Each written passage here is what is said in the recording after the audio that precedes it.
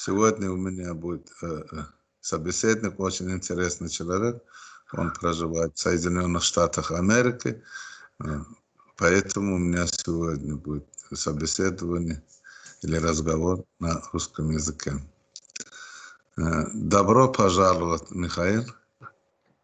Здравствуйте. Спасибо за приглашение на такое интересное собеседование.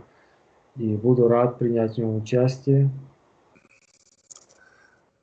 Михаил, я наслышан о вас и видел вас на некоторых видеороликах, на тех митингах, что проводили в Америке, там, в Вашингтоне, Нью-Йорке наши земляки или соотечественники. Я знаю, что вы родом-то не из Туркменистана, но все-таки проявляете вот такой интерес к происходящему в нашей республике и сочувствуете нашему народу, старайтесь какую-то помощь посильно оказать. Вот. Я вам хотел бы сказать, выразить свою благодарность вот за то, что вы вот делаете и помогаете нашим соотечественникам в таком вот трудном деле, как борьба против диктатуры. Спасибо вам большое. И вам спасибо. Борьба у вас будет непростой, как я думаю, вот, так как ваша диктатура уже продолжается длительное время, и она хорошо себя уже пустила корни во все слои общества. Вот. И мне не безразлична эта борьба, так я уже связан по крови с туркменским народом. Так, моя супруга, и мы вместе, у нас дочь 10 лет, поэтому я был бы очень рад, если бы какие-то изменения положительные случились, и когда-то мы смогли бы свободно посетить родину моей жены и показать ее нашей дочери.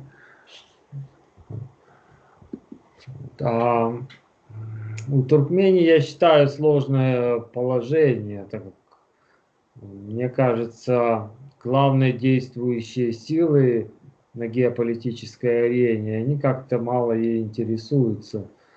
В некоторых странах они активно очень принимают участие, и для них демократия – это главный приоритет. А Туркмения как-то вдали от этих перекрестков, и поэтому про нее не слышно, несмотря на те вещи, которые там творятся. Вот. Ну, мое мнение, что нельзя опускать руки, но так же само нельзя много рассчитывать на какую-то поддержку извне. То есть это больше дело рук самих должно быть туркменов. То есть, значит, нужно больше проводить работу по разъяснению им их ситуации. Вот. И даже в диктатуре и диктатуре рознь в плане Туркмении это, наверное, очень плохой случай. Вот. В некоторых странах как бы диктатура тоже, и нет демократии. Но, по крайней мере, власти независимы от людей, потому что люди, это было состояние страны, они работают, создают благо для себя и для этих же диктаторов.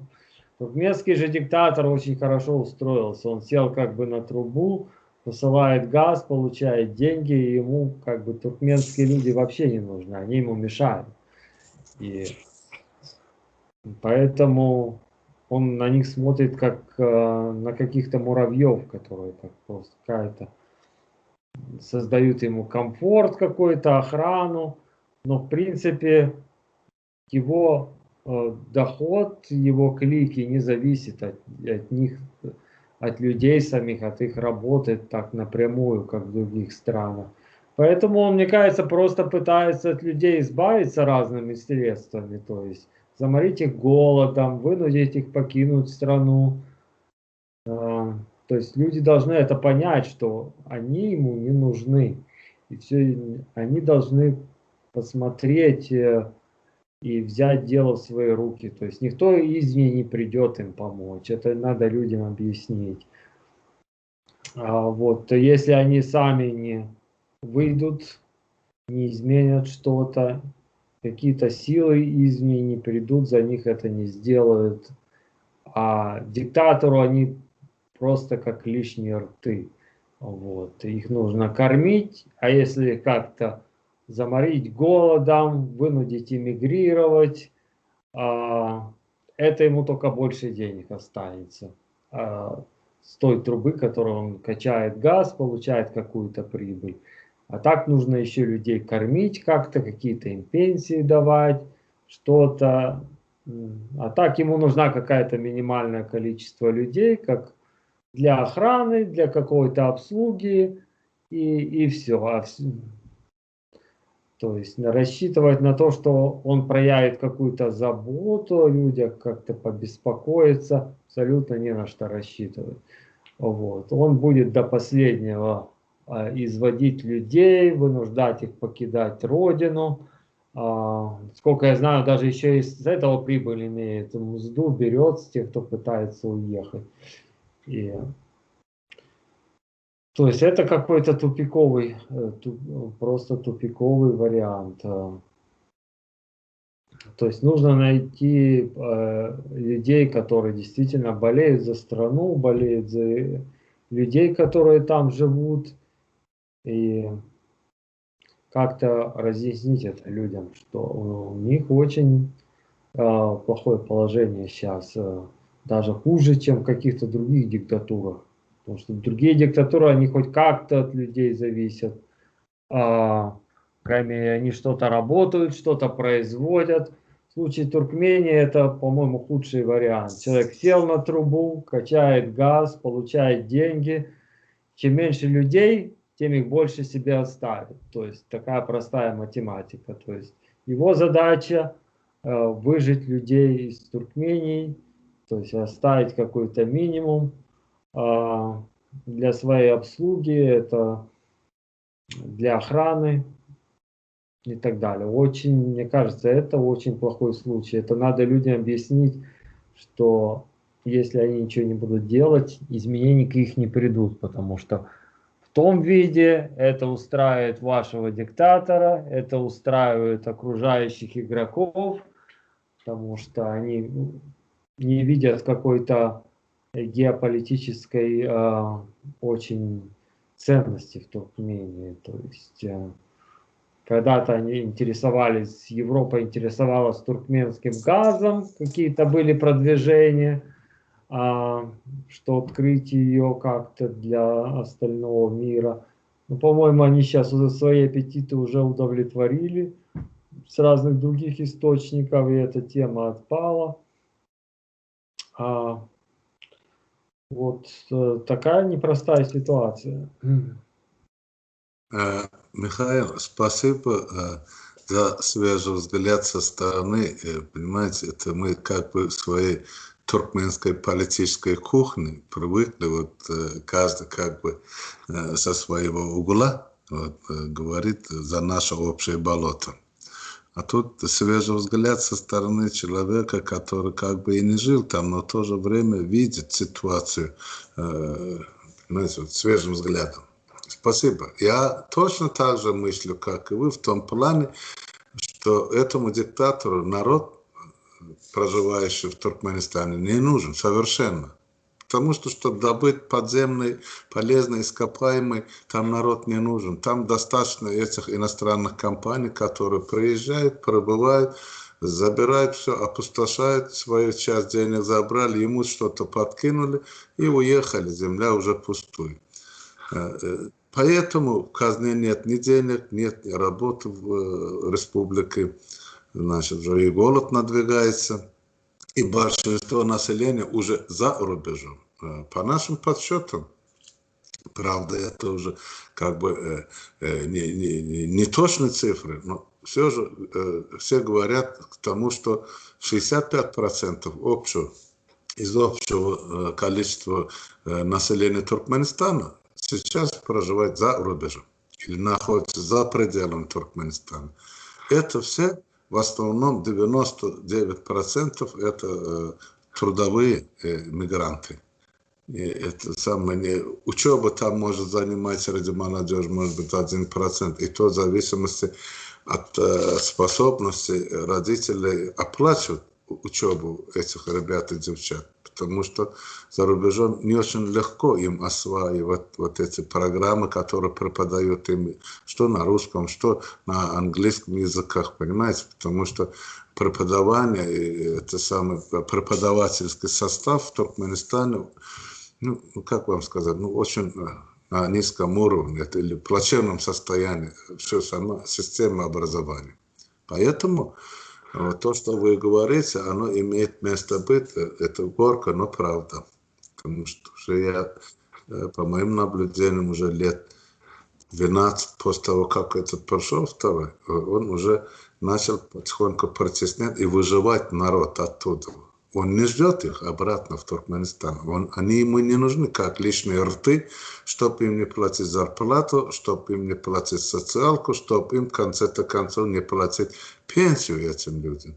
Все, они выкинуты за борт жизни, можно сказать так, потому что за пределами Туркменистана они, наши соотечественники, тоже в большинстве своем никому не нужны. Почему? Я в каком плане говорю? В плане образованности. Вы живете в передовой стране мира, знаете, если у человека нет образования, нет опыта жизни, ну, нет, значит, стремления к тому, чтобы занимать какие-то посты, там, я имею в виду высокооплачиваемые, этот человек будет находиться всегда в нижних или низших ступенях этой жизни. Они никому не нужны.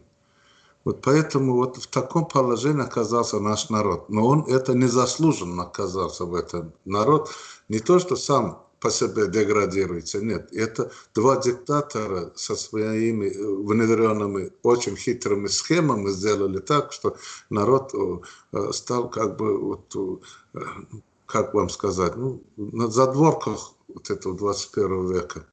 Потому что я не знаю в других странах вот уровень образованности, я имею в виду в азиатских, там может быть где-нибудь там в Афганистане хуже, но чтобы сказать в Индии там или Китай ни в какое сравнение идет даже с соседями нашими бывшими советскими республиками, потому что туркменская молодежь, большинство вот до киргизских событий, революции ездили, учились и в Бишкеке, вот ездили, учились, и сейчас продолжают учиться, допустим, в Беларуси, в Украине, в России. На Западе, конечно, мало там учатся, в основном, у кого есть возможность, у родителей, я имею в виду. Вот так, вот такая вот у нас туркменская трагедия. Будущего у нас нет.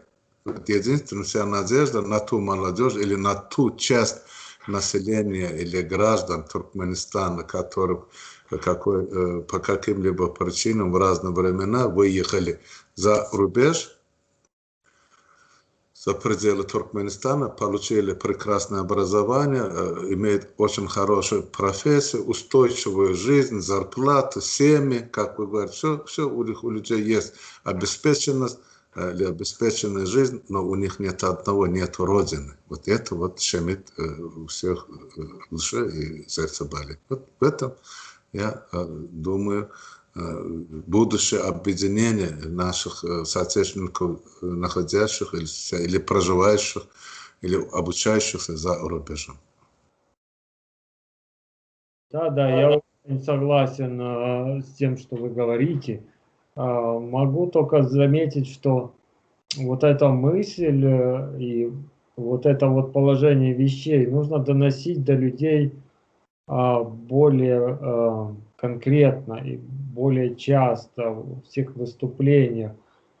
То есть, чтобы это не размывалось чем-то другим. Эту картину нужно обрисовать четко и ясно и доносить ее до туркменского населения. Если ее доносить четко, ясно и постоянно, они поймут, что ждать какой-то помощи извне не приходится. То есть ждать, что правящая верхушка проявит какое-то сочувствие к своему народу, тоже не приходится. Значит, нужно взять дело, сделают вывод они из этого, что нужно брать дело в свои руки. Вот, то есть эту позицию нужно изложить и доносить четко. описать ситуацию, что все уже, как говорится, все разложено, карты брошены, и уже ничего нельзя поменять.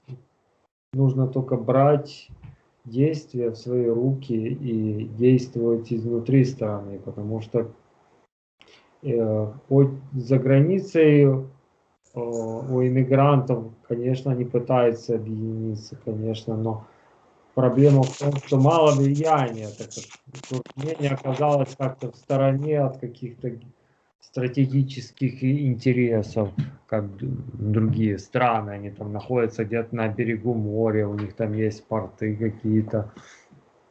Кто-то смотрит где-то свои базы военные сделать.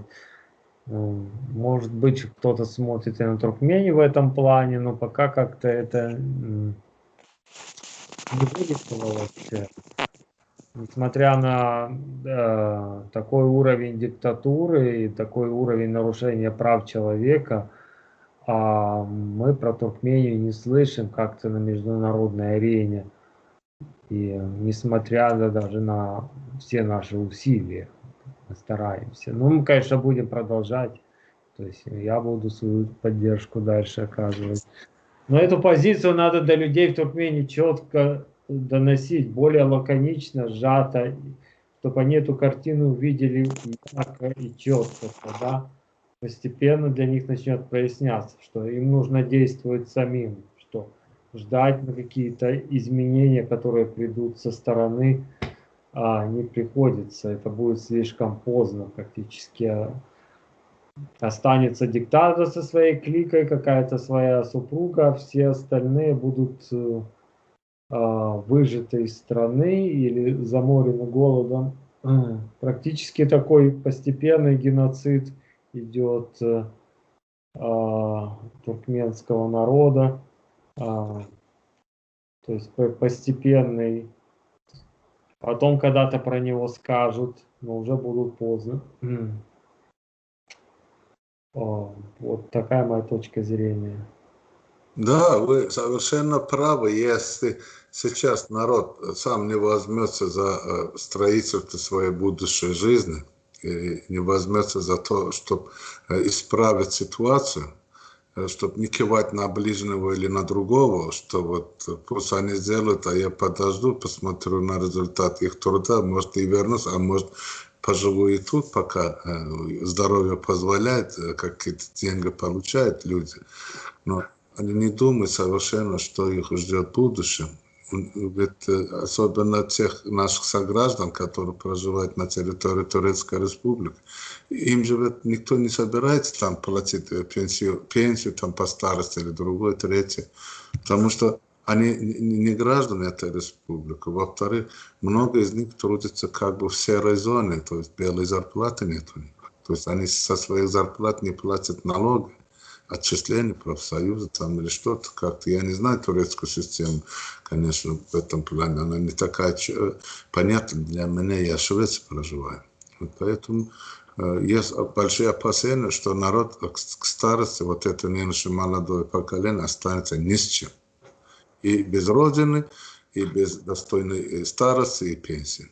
Вот это вот я хотел бы обратить в первую очередь внимание наших граждан вот на такие вот опасности, которые как бы подводная часть этого айсберга под названием Туркменистан, понимаете?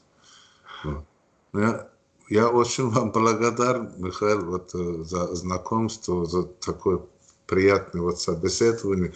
Я очень хотел, чтобы это наше как бы знакомство имело продолжение. Я уверен, что мы будем сотрудничать вперед, и буду видеть вас тоже в рядах сочувствующих или помогающих туркменскому народу. Еще раз хотел бы вам выразить свою благодарность искреннюю за ту работу, что вы проделали, что поддерживаете свою супругу в ее борьбе.